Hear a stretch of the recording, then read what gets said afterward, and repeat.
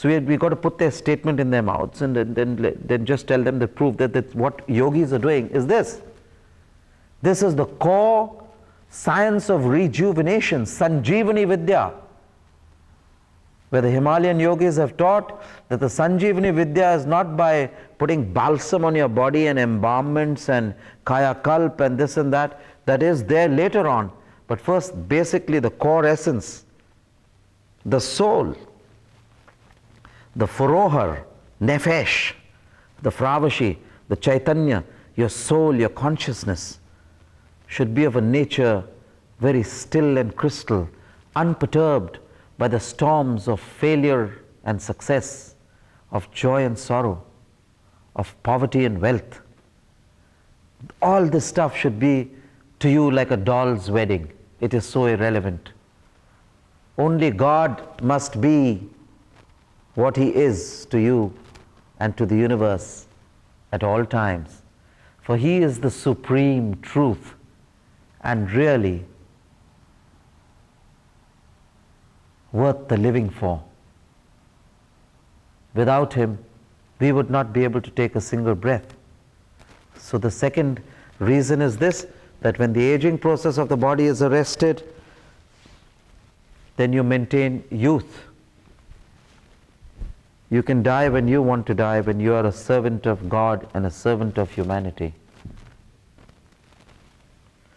The third reason why you should aspire to relax in order to get a still mind state with me here today, the third reason is that if I'm sitting here, an individual is sitting here, the yogi, and there are 10 million people sitting before him, and he stops his mind into a state of soul, limitless soul awareness, and all the 10 million minds stop. This I dedicate to earth peace.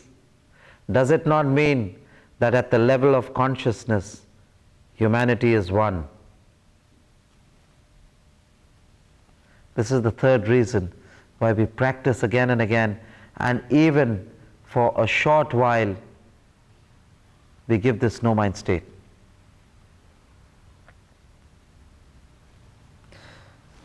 Okay, now we will get on to the experiential satsang. If anybody has any question, and I can just answer it after my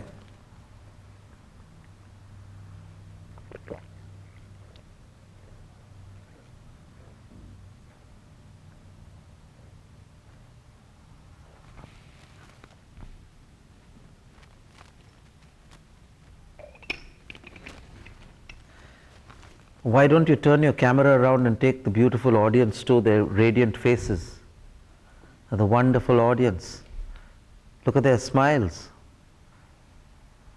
charming and radiant and full of light and joy. This is a part of us, Todd. Remember, this is our larger self. They are all us. And when we go to the supernal spheres of the higher spheres, we just be soft lights just passing through one another in perfect understanding. There'll be no hang-ups, no problems, no egos.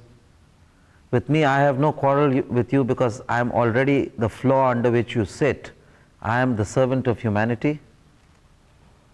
With the eyes squashed well below you, I pray to God, He always gives me this feeling and this understanding that I am ever a servant of humanity and never anybody sitting on a pedestal like this, which is a namesake pedestal.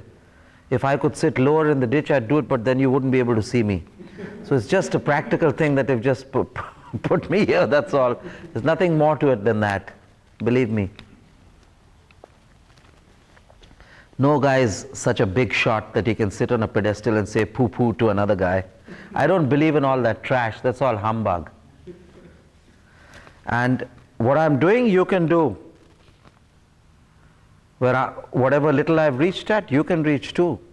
And therefore it's a practical interaction of great intimacy and